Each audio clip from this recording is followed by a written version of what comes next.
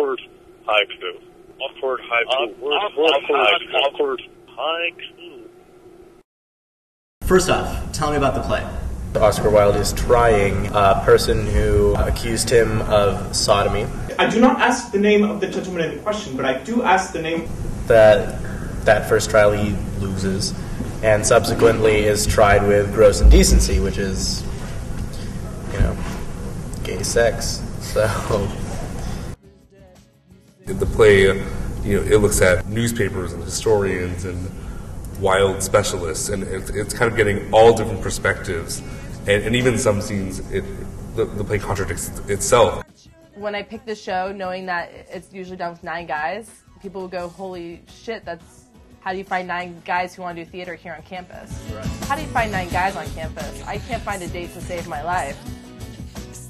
There's a story within this for everyone. Their wives, their mothers. You're in it. You're very much in the world of it because they're looking at you and they're speaking to you. Do we get to inherit people like Oscar Wilde who would have never ever called themselves gay? So this is the most that I've had to do since ever. Posing sodomite. Looking eye to eye, making eye contact. 9 years. Gay men. Once. Hey, It's all good. it's all good.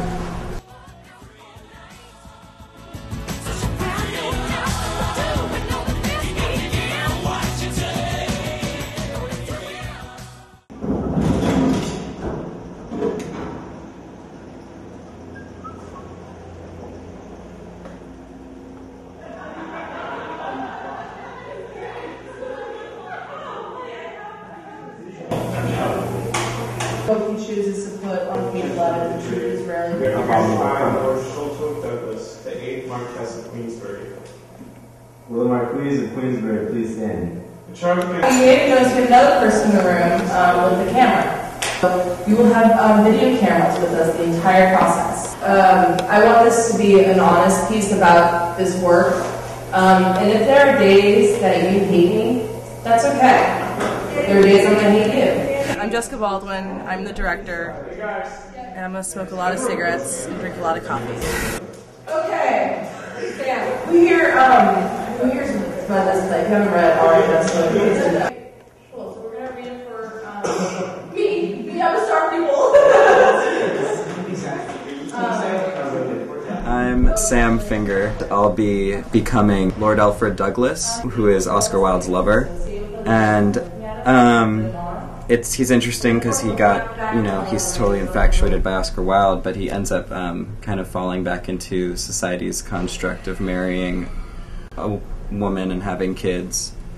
And so it leaves a lot of questions up for what kind of person he is. So I'm going to read through today. Just kind of reading through. Tomorrow we're going to read again and really delve into intellectual stuff.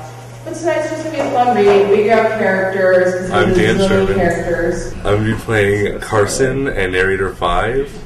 And I think I'm the main prosecutor in the first trial, right? Yeah. Yeah. I'm just, gonna duke it out with Isaac over there. It's my real idea. It's real. And I am playing Oscar Wilde. Ah! That's a cigarette holder. That's a cigarette holder. You're so great. It's like right off book. So, who here does not have a script? Anyone has a script? Awesome. Yeah. My name is Justin Jairam, and I will be playing Gil, who's the main prosecutor in the second trial, as well as a few ensemble roles. Oh, no. Okay, yeah. He came into auditions and he goes, My entire family is with you, Oscar.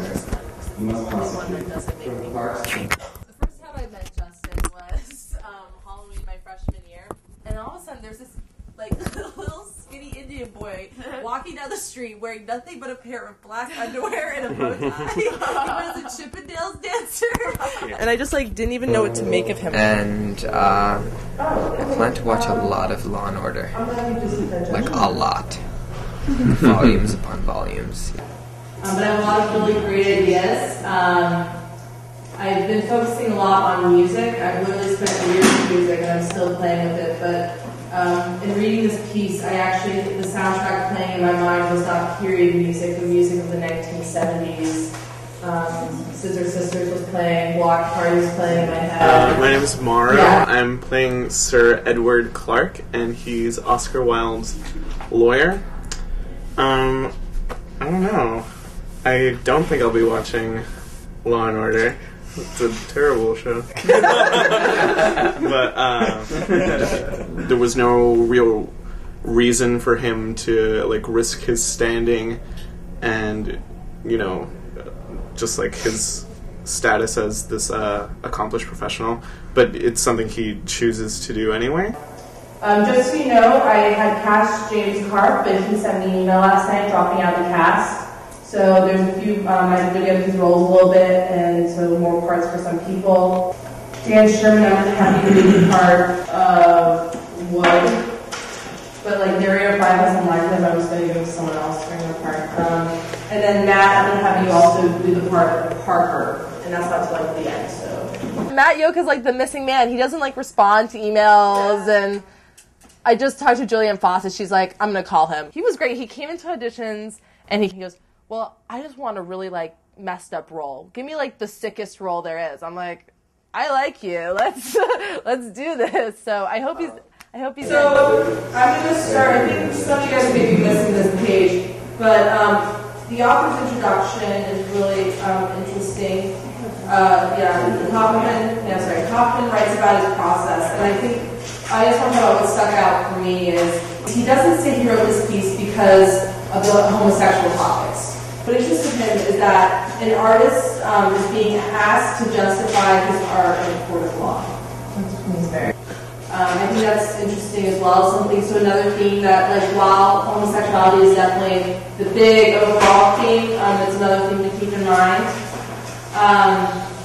And basically what he says is, what also interests him is how we tell history through theater. How can theater reconstruct history? For him, he says there are as many versions of what occurred at the trials as there were people involved. So I think that's something that actors should keep in mind. What for you is the truth that happened at these trials? They didn't talk about homosexuality the way we do now, or even think of it in the same way. And just like, you know, if you're thinking as a gay man, like, how do I approach this show, and like, how do I relate to that? It's like, does it really relate? You know, because Oscar Wilde wouldn't have called himself a gay man. He doesn't call himself a gay man. I feel like I'm speaking to the audience, or speaking to the mass area ahead of us, which makes it so much. It's this like presentation like quality to the show that is, instead of becoming this like theater world, that you're like the audience looking into this bubble, which I think is what most people imagine theater when they go watch it, is what it's going to be like, where you're getting a window into this world.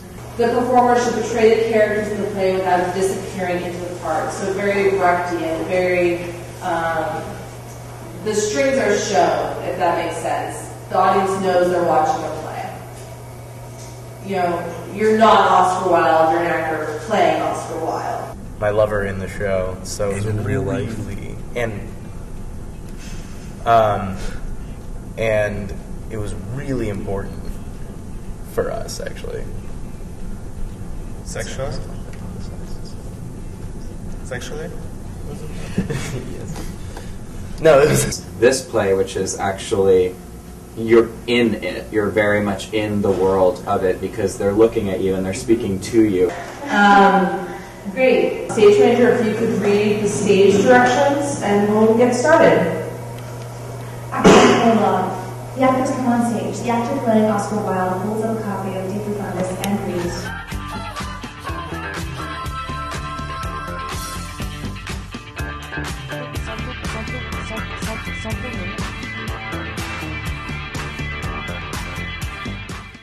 Get to the point, white man.